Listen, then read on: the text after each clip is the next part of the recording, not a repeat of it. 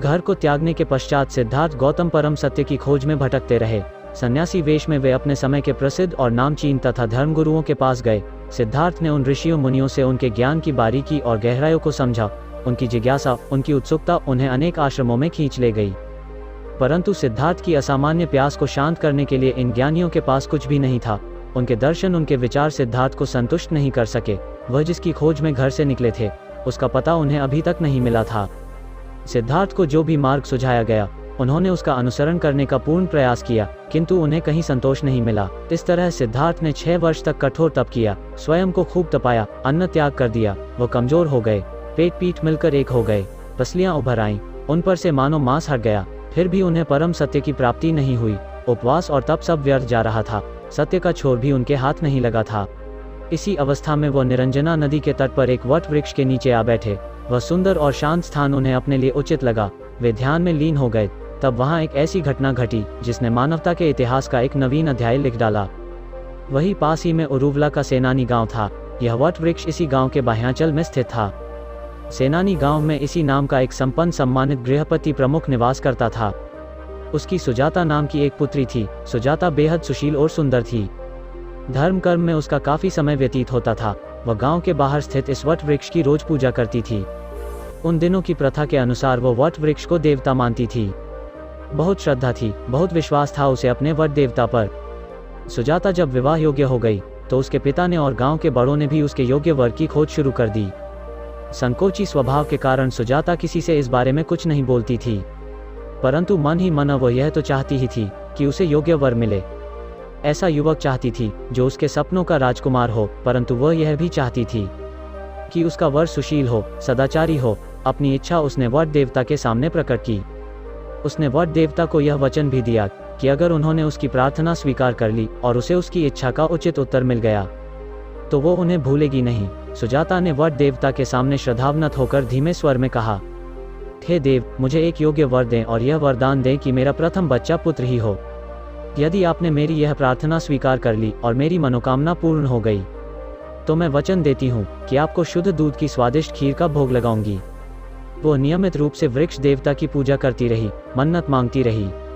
पूजा प्रार्थना वो पहले भी करती थी, परंतु अब उसमें एक अबोध आशा भी जुड़ गई। संयोग कुछ ऐसा हुआ कि उसकी ये दोनों मनोकामनाएं पूरी हो गईं। घरवाले और गांव के बड़े उसके लिए वर ढूंढ ही रहे थे। पिता की भी खूब इच्छा थी।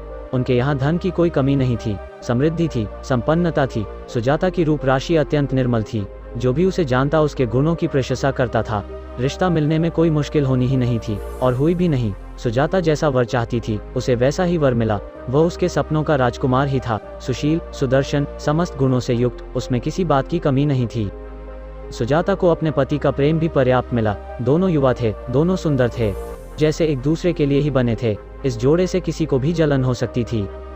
बड़ी उमंग के साथ उन दोनों ने अपना विवाहित जीवन प्रारंभ किया। हर दिन एक नई आशा का संचार करता, हर रात एक नई आशा लेकर आती।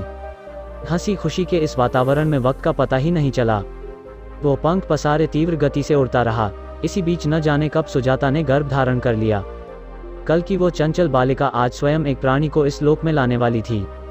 उसने सबसे पहले पति को बताया। उन दोनों की खुशियां कई गुना बढ़ गईं। ससुराल वाले प्रसन्न थे, मायका मगन था। उचित समय पर सुजाता ने एक स्वस्थ सुंदर बालक को जन्म दिया।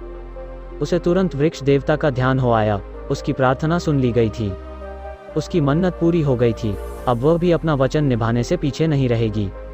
वो धन्य थी। वह आभार के भार से दबी हुई थी। पुत्र जन्म से जुड़े सारे संस्कार संपन्न हुए। उसने सारी रीतियों परंपराओं को परिवार के नियमों के अनुसार पूरा किया। कहीं कोई कमी अपनी तरफ से नहीं होने दी। सारी औपचारिकताएं पूरी हो गईं।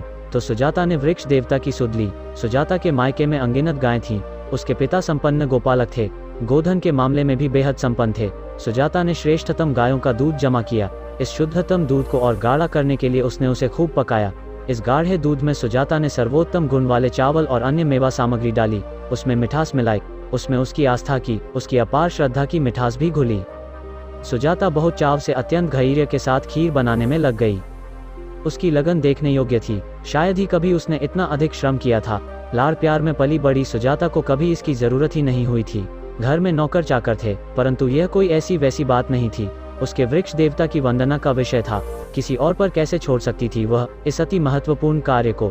इसलिए उसने बड़ी लगन से, बड़ी मेहनत से, बड़ी खुशी से इस पाक कर्म को एक पवित्र धार्मिक अनुष्ठान की भांति पूर्ण किया। जब खीर बनकर लगभग तैयार हो गई तो सुजाता ने अपनी दासी पूर्णा को बुलाया। पूर्णा से उसने कहा, देख, खीर तो अब बन ही गई है, वृक्ष देवता को भोग लगाने की तैयारी करनी चाहिए। पूर्णा ने कहा, जैसा आप कहें, तू ऐसा कर, शीघ्र जाकर वृक्ष देवता का आसन साफ करा। जी मालकिन, कहकर पूर्णा जाने को हुई तो सुजाता ने उसे टोका, और देख, नई झाड़ू लेकर जाना, और हाँ, साथ में कलश ले जाना मत भूलना। आसन बिछाने से पहले वहाँ जल छिड़क देना, धूल बैठ जाएगी, स्थान भी शीतल हो जाएगा। पूर्णा ने जाते जाते रुककर अपनी मालकिन के हर आदेश को ध्यान से सुना, फिर वो सारी व्यवस्था करके वहाँ से चली गई। तब सुजाता ने नए वस्त्र धारण किए, सादा श्रृंगार किया, स्वयं को वृक्ष देवता के समक्ष प्रस्तुति योग्य बनाया। तैयार होकर वह पूर्णा का इंतजार करने लगी। इस बीच उसने एक स्वर्ण पात्र में खीर निकाल ली और उसे एक चमचमाते थाल में रखकर एक स्वच्छ वस्त्र से ढक दिया। उधर पूर्णा अपने साथ नई झाड़ू और कलश लेकर गांव के बाह्यांचल में स्थित उस वट वृक्ष की तरफ चल दी। वहां पहुंचकर उसने जो दृश्य देखा, उसे देखकर तो अचानक से उसकी चीख ही निकल गई। हाथ से झाड़ू छूट गई और कलश गिरते गिरते बचा। हाय दैया, उसके मुख से अचानक ही निकला। वो खुले नेत्रों से उस छवि को देखती ही रह गई। उसने देखा, वट वृक्ष के नीचे एक देदीप्यमान महापुरुष विराजमान थे। मुखमंडल पर अद्भुत तेज, अलौकिक चमक थी। उनकी उपस्थिति से आसपास असाधारण प्रकाश फैल गया था। सब कुछ जैसे दैवीय आलोक में नहाया हुआ था। पूर्णा उस स्थल को बुहारती रही, एकटक उस तेजस्वी आकृति को देखती रही। उसने जल भी छिड़का। वृक्ष देवता, अचानक एक दबी सी चीख उसके मुख से निकली और वह उल्टे पांव सुजाता के मायके की ओर भाग चली। वह बुरी तरह से हौंफ रही थी, उसके चेहरे पर हवाएं उड़ रही थीं। उसने वृक्ष देवता के दर्शन किए थे। उसे खुद पर विश्वास ही नहीं हो रहा था। रास्ते में जिसने उसे देखा वह चकित रह गया। इसी स्थिति में वह सुजाता के सामने जा पहुंची तो वह भी पूर्णा को देखकर विस्मित रह गई। क्या हुआ पूर्णा? सुजाता ने प्रश्न किया तो उसमें स्पष्ट आश्चर्य झलक रहा था।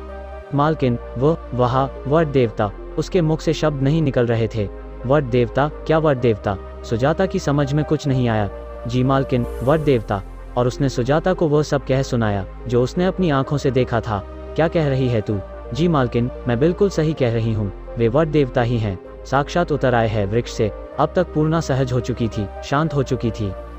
झूठ नहीं कह रही हूँ मैं, मेरा विश्वास कीजिए मालकिन। नहीं, अविश्वास तो जरा भी नहीं कर रही थी सुजाता। वह जानती थी पूर्णा कभी झूठ नहीं बोल सकती। शायद पूर्णा से समझने में कहीं गलती हो गई।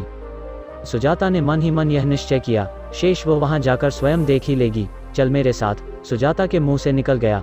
अब वो वट वृक्ष साफ दिखाई दे रहा था। उसके नीचे आसन जमाए एक धुंधली सी आकृति देख रही थी। वो रोमांच और विस्मय से उसका सारा शरीर कांप गया। खीर पात्र को सावधानी से संभाले हुए सुजाता वट वृक्ष के पास पहुंच गई। आश्चर्य श्रद्धा भाव से वो अपने वट देवता के सामने नतमस्तक हो गई। उसने उन्हें खीर समर्पित करते हुए कहा, हे प्रभु, विश्वास नहीं हो रहा, देव, मेरी भेंट स्वीकारने आप साक्षात उपस्थित हो गए।